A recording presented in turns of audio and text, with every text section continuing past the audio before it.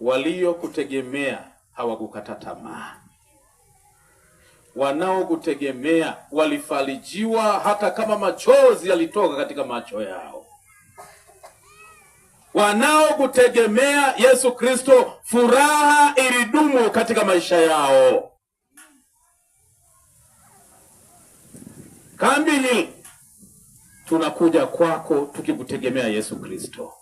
Utupokee, utuokoe, utubariki, utufundishe kwa jina la Yesu Kristo. Amen.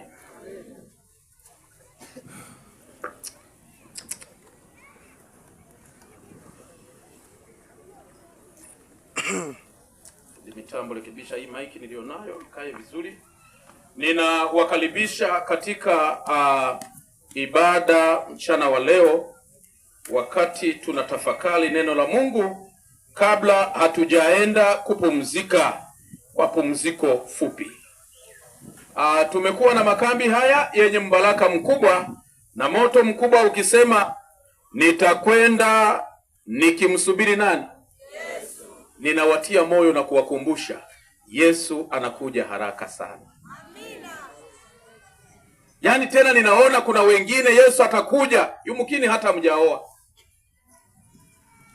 Kumbe kameramani hajaoa. Japo hata kule unaonekana, kwa hiyo sio mbaya. Wengine anaweza kaja, hatujafanikiwa yale tunayoyahitaji. Lakini ninachomshukuru Yesu na kumpenda, ukiwa mwaminifu hata ukalala leo, utakuwa na tumaini ng'ambo ya kaburi. Amen. Yesu anakuja. Amen. Niliona picha za wenzetu kule Sudani, namna wanavyokula chakula. Watoto wamekonda. Kule Somalia kwenye vita wamekonda, wanakula punda zilizokufa, wanakula punda. Ni kama hata mtoto ananyweshwa uji kwenye makambi ya UNHCR, ni kama unaona uji unakoenda kwa sababu ya vita. Njaa imekuwa kali sana. Yesu anasema mtapata tetesi za vita na njaa. Si tayari imeshakuja hiyo? Na waona kule Irani, uko Palestina, sijui wapi wanagombana na Israeli na wapi. Watu wanavyokufa. Wanakuja wamebeba kwenye ile mifuko, huwa mnaona kwenye televisheni, wanachimba shimo, wanazika. Na ukiangalia Urusi na nchi gani ile, Ukraine, jinsi majengo yanavyoporomoka, eti hata watu wakiwa wodini, wamama wajawazito wameenda kujifungua, jengo la hospitali linaporomoka, halafu linaua watu. Wewe Luhafwe na Ifinzi, unakula raha mstarehe. Unarara umevua na shati huko na umeshajisahau. Ninakukumbusha, Yesu anakuja haraka sana. Bwana asifiwe. Bwana asifiwe. Somo letu mchana wa leo linasema tumaini lenye baraka. Tunalo tumaini kwake Yesu Kristo. Bwana asifiwe sana. Tumaini lenye baraka. Sijajua msomaji kama yupo hapo. Muda wa kusoma neno umefika. Tumaini lenye baraka. Zaburi ya 62 mstari wa 8, msomaji kama upo. Zaburi ya 62 mstari wa 8. Kuna dada mmoja alipewa kiti cha rehema cha enzi cha ufalme, alishatoroka.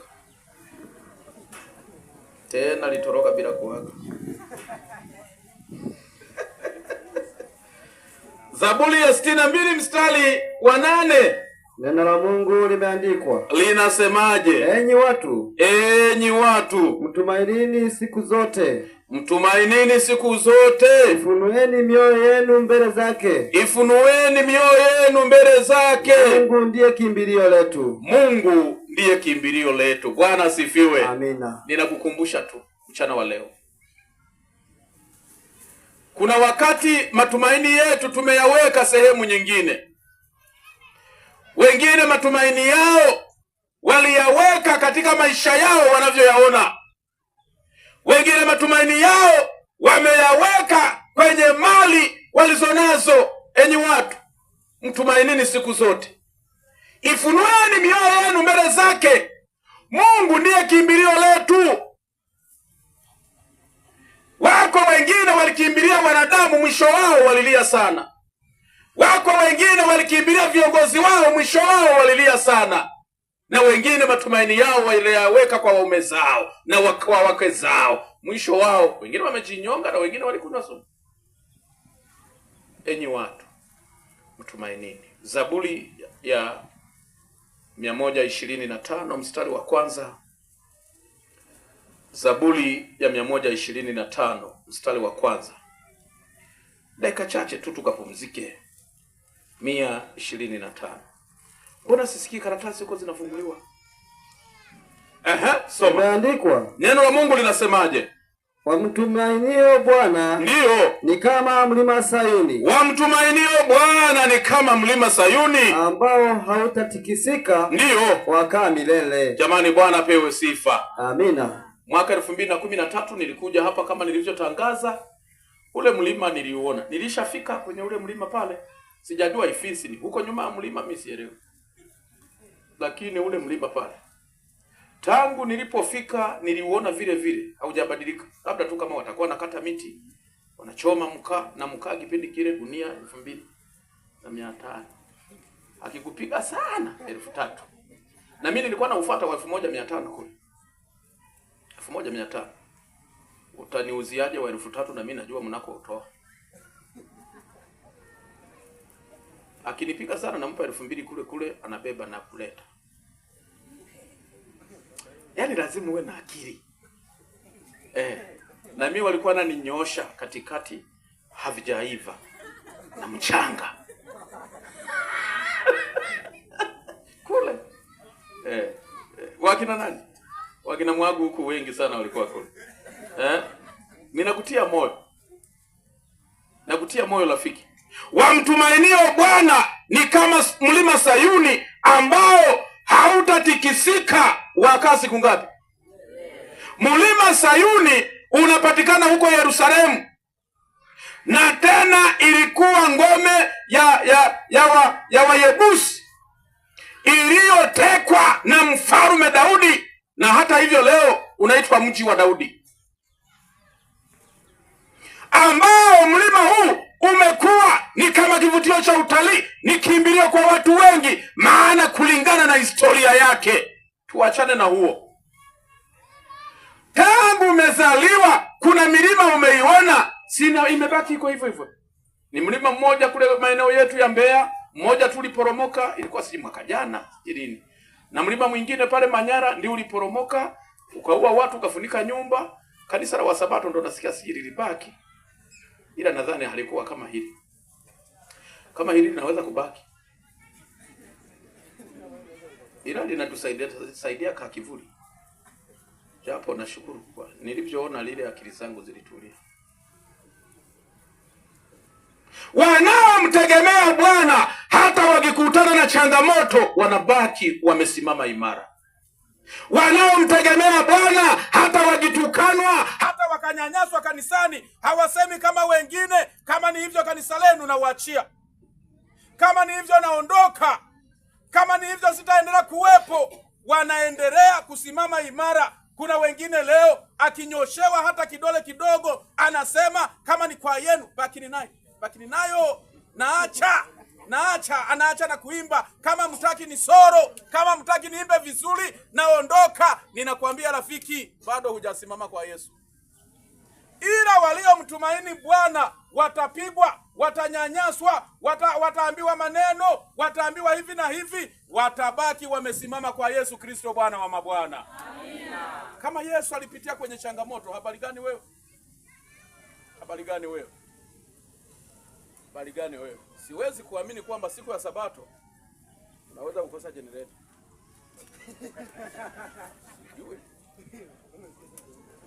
Siwezi kuamini. Wao wanasema ngoja tu hubiri kama Elia. Waimbaji ule wimbo mlioimba ule, mnaukumbuka? Ulikuwa unasemaje? Simameni muimbe tusikie hapo hapo mlipo. Tuone kama inatosha kweli.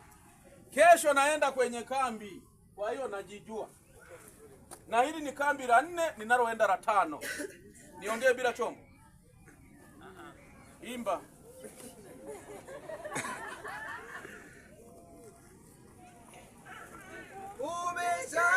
Umeshasikia kisa chake Haji na mtoto wake Ishmaeli wakiwa jangwani. Jangwani yatosha.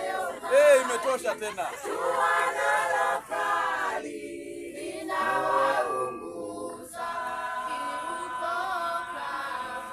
wakakata tamaa.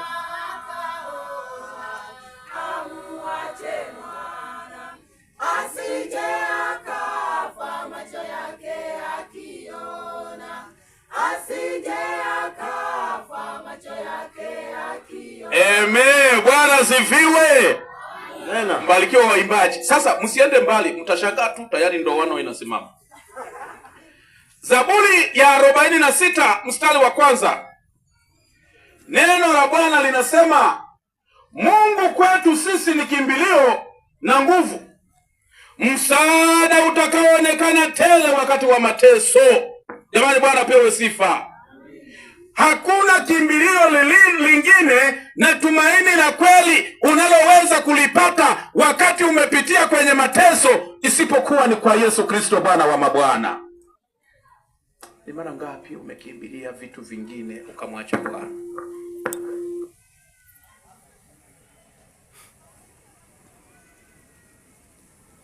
Hakuna anayeweza mpatia mwenzake tumaini lenye uhakika, hayupo, isipokuwa ni Yesu pekee. Tumaini maana yake, mchungaji, ni nini? Tumaini ni hali ya kuwa na imani au matarajio kwamba jambo jema litatokea au hali itakuwa bora hata kama sasa kuna changamoto. Unalala njaa, maisha ni magumu, mahusiano yako na mwenzi wako yanaleta shida mno. Tumaini maana yake ni kwamba hata kama leo kuna changamoto sana, upo mlango utafunguka. Ndiyo, ulikuwa na biashara, sasa mtaji umepotea. Ulikuwa na kilimo, umelima, mvua imenyesha imebeba vyote, au changamoto fulani imetokea, mtaji wako umepotea. Inawezekana biashara imepotea. Inawezekana badala ya kunywa sumu, badala ya kutoroka, badala ya kukimbia, tumaini maana yake ni kwamba naanza moja, Yesu ataninyanyua. Amina. Hiyo ndio maana ya tumaini, kwamba hata kama kuna changamoto leo, lakini ninajua Bwana asiyeshindwa, Bwana muweza wa yote atanisaidia. Hivyo hakuna tumaini kwa watu, hakuna tumaini kwa watu, na hakuna tumaini hasa kwa waganga wa kienyeji. Watu waliotumaini waganga wa kienyeji wameishia kuanguka vibaya, wameishia biashara yao kuharibika, na wengine wamefanya kilimo, wamelima na mashambani wanaweka dawa, kwenye kona ameweka, katikati ameweka, na kule kwenye njia ameweka. Nasema wakipita watu wabaya wasibebe mazao yangu, wasibebe mpunga wangu. Tena wanapita wenye miguu iliyovimba. Nakupa habari hii, hata waliofanya hivyo, tangu umefanya, unaonaje? Ulishanunua ndege?